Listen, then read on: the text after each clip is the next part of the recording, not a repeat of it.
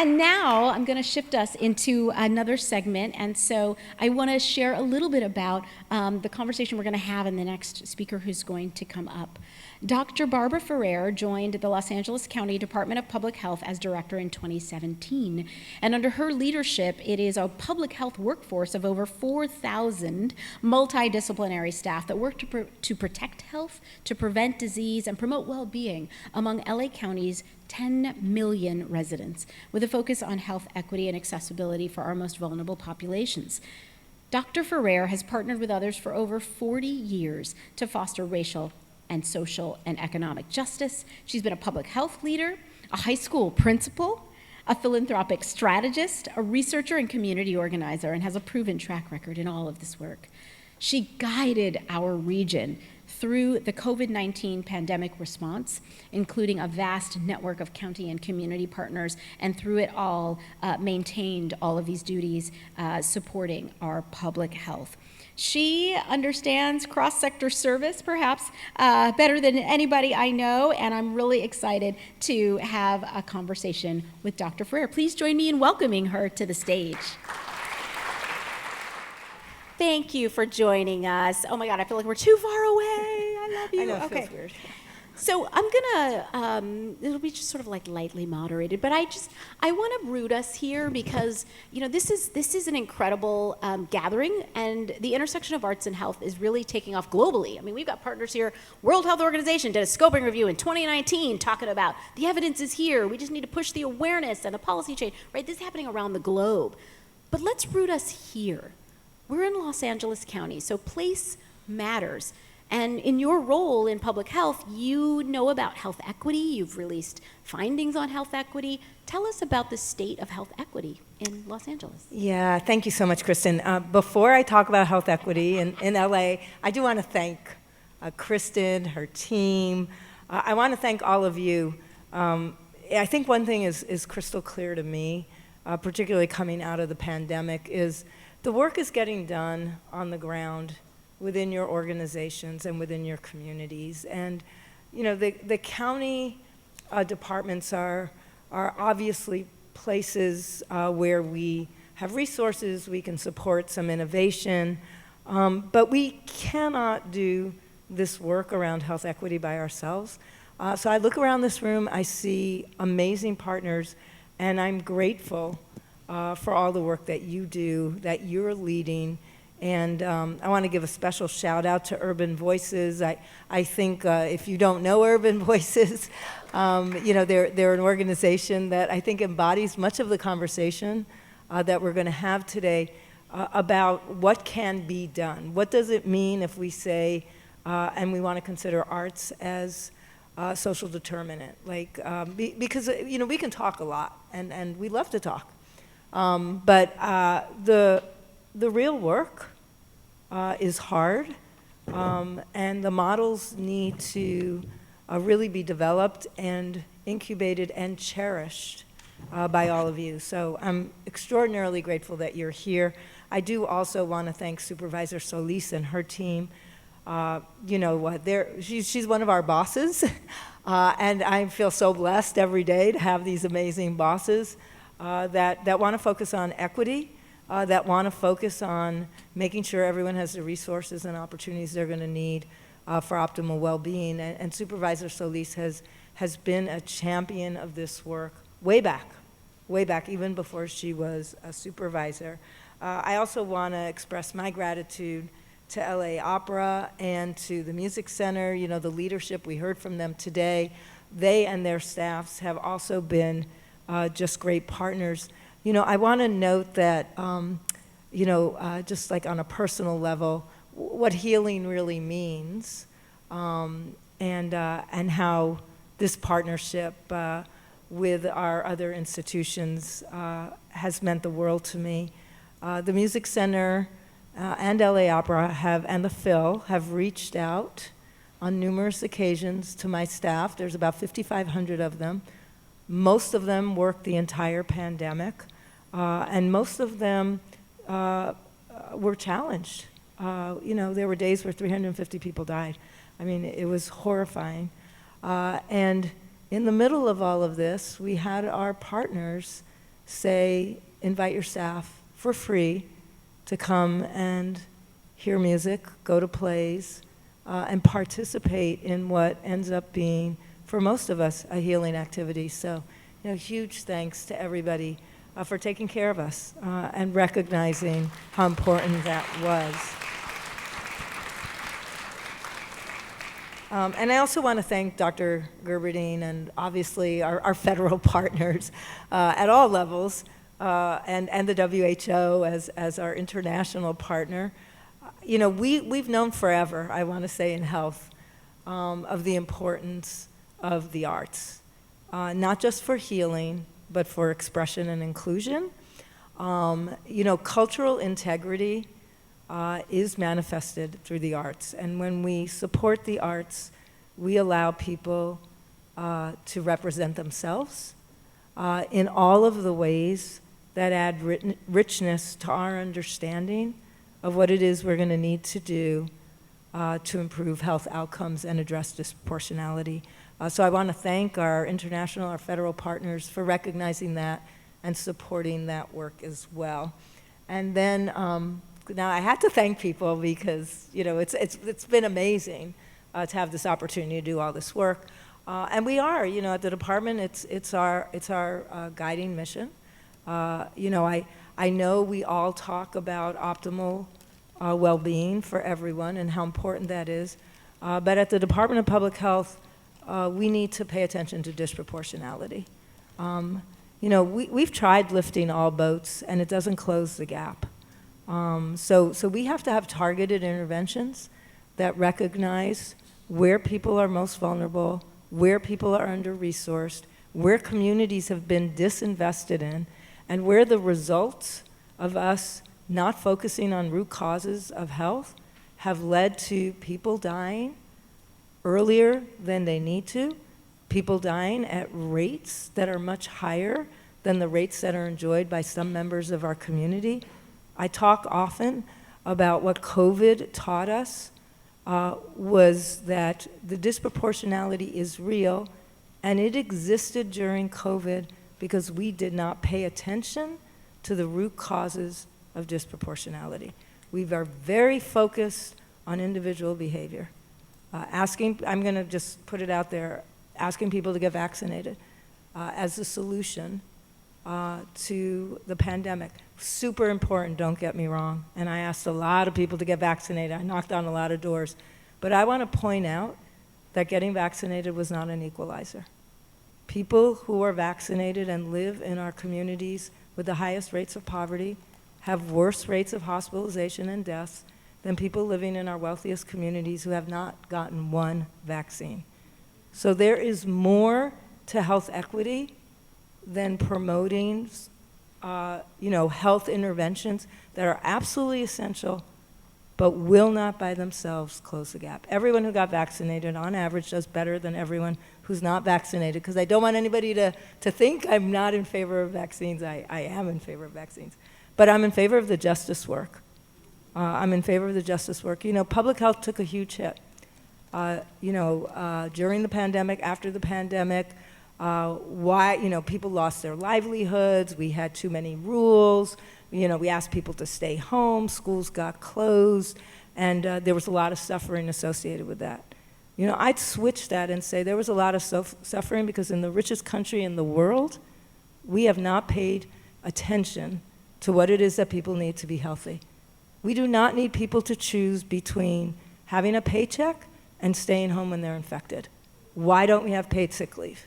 We do not need to have people choose between being able to isolate and quarantine and having a place to live. We don't have paid sick leave. We don't have a safety net on unemployment insurance. In the middle of a pandemic where we don't have a lot of tools, which is what we were at for over a year, we need to do everything we can so that people can stay alive, we reduce morbidity, and we slow down transmission. And we need all of those root cause issues to get addressed by everyone. We are a very wealthy country, and we need to focus on lifting up what really is the heart of disproportionality. We need a safety net that extends wide and deep so that the basic needs, those social determinants of health, are available to everyone. So.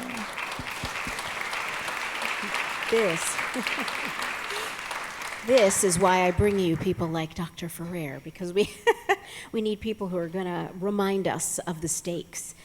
And I want to talk a little bit about social determinants of health, because one of the things that, I'm not a public health practitioner, although my sister is an MD and an MPH, actually. But when I learned about... And you're super smart.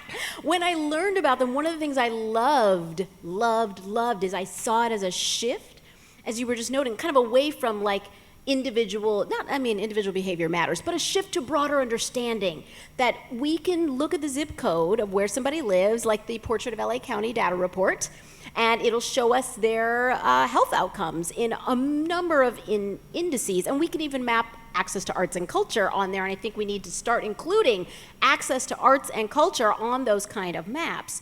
And so understanding that it's also someone's environment, that they're in, the social environment, and so I'd love for you to tell us a little bit more about the social determinants of health, but also I want to weave in that when I called you, which I did, to say, this year we're looking to give more of a focus on the role of the arts in social determinants of health, you didn't hesitate.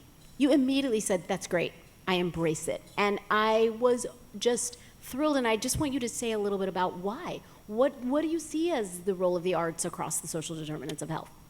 Yeah, thank you so much, Kristin. And again, I want to acknowledge your leadership in really elevating how important it is for us as a county to be supporting the arts, because in fact they contribute to our well-being. It's well known by now that medical care, which is important, and access to high quality medical care that's affordable is very important. And individual behavior do contribute to your overall health status. But what's also known is that the leading contributors to your overall health status are what we call social determinants of health, which include income and social protection, having job security, livable wages, your working conditions. I focus a lot now on what's going on in places where people work. Because I think, again, that, certainly for COVID exposures, your level of exposures was very much determined by where you were working. And those people who are essential workers, who kept our economy going for the last 4 years, worked under conditions that, in fact, led to many more exposures. And in some places, those conditions weren't safe. Food insecurity, housing. I think these are social determinants that we talk about all the time, and you all know. I think what we don't talk about are the social determinants around social inclusion, discrimination, racism, which are really well addressed by understanding the important role that the arts play in really allowing us to express ourselves, share our thoughts, share our learnings in ways that feel very whole. I'm going to talk for a second as a high school principal, not as a public health director, and also because we do a lot of work in the schools. And I talk to a lot of kids, and a lot of kids, the vast majority of kids. And I was at a district high school in Boston, where the majority of the children in my school had very complicated lives. But they're depressed, they're anxious, they're stressed. And I think you find the same thing today when you talk to a lot of young people. And they're not all going to go to therapy, and they don't all need to go to therapy. One of the issues that we found was that they didn't have a way to express themselves. They didn't have a voice. Now, there are lots of different ways you can express yourselves. Poetry, rapping, theater, music, sports, all really, afford us these opportunities to really express ourselves about our thoughts and our feelings. And I found out very quickly, kids can't learn if they don't feel well. They just can't. So if you don't pay attention to helping to find ways for people to feel well, they're going to really struggle to be their best selves. So that for me, sort of sums it up. And, I didn't know that. I mean, I learned that being out of high school. In order to be our best selves, to show up and do our best work, we need to have voice. We need to have agency. And we need to find ways to share our experiences. In part, you can have a systems response. We have efforts at the county level to create environments where workers can do their best work because you attend to the systems in which they're working. But part of that is really encouraging people to find, I'm going to use voice metaphorically, but find a way to share their feelings, share their thoughts, share their emotions. It enriches all of us, and I think allows people to feel good about being part of a community and being heard in that community. Thank you. I want to shift as we've probably got time for maybe one or two more questions. And just briefly, we've shared a little bit today already. We've highlighted a couple of the things that we've done together, like artists in residence in the Office of Violence Prevention, as you were standing that up within the Department of Public Health, focus on Vision Zero, street safety, some other pieces. So I'm curious, in those kind of arts collaborations, was there anything that surprised you, or how did you receive those? Like, what was the impact of those, or your thoughts on kind of those collaborations? Maybe since we're a little short on time, maybe I'm just going to talk about the work that the place-based team did. And the reason I'm going to talk about that because, I was not surprised about how powerful the work would be of having an artist helping us think about ways of visualizing in the community what safety could look like. In this case, a lot of it was around pedestrian safety, making our roads safer and making it more possible for people to really move safely in their communities. What astounded me, and again, an enormous learning opportunity, I think, for us at Public Health, was how much that work brought in other people from the community. We often have our partners, and we're super grateful to have our partners, but our partners are often believers in what we're doing. But the work that the artists did actually brought in people who never would have participated in an effort to enhance pedestrian safety. I mean, it just wasn't on their radar screen.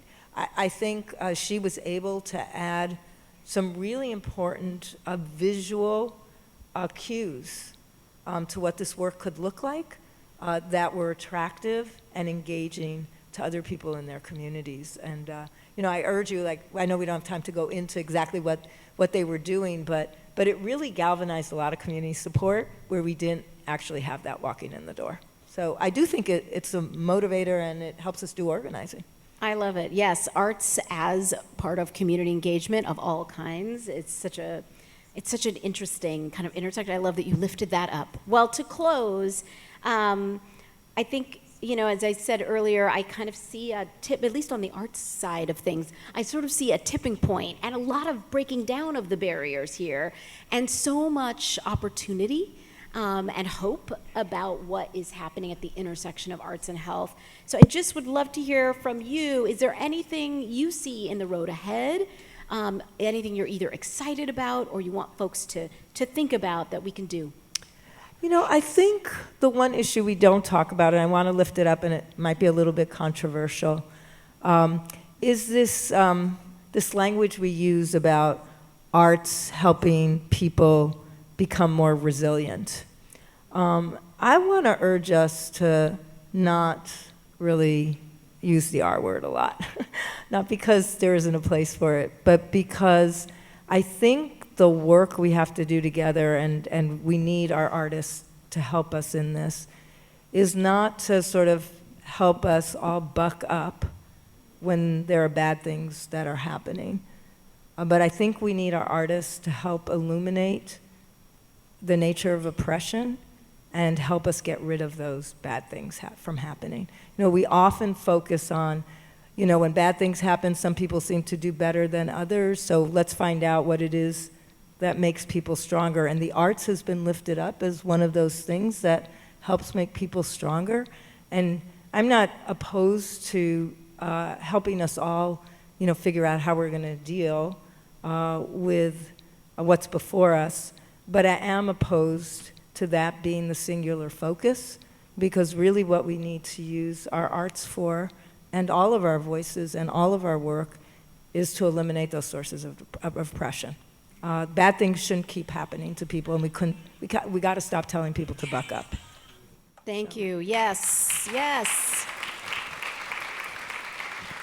The need for resiliency is not equally distributed, and so let's reimagine the arts as the source of joy, thriving, and protectability. Please join me in thanking Dr. Barbara Ferrer, Thank you all. your health director.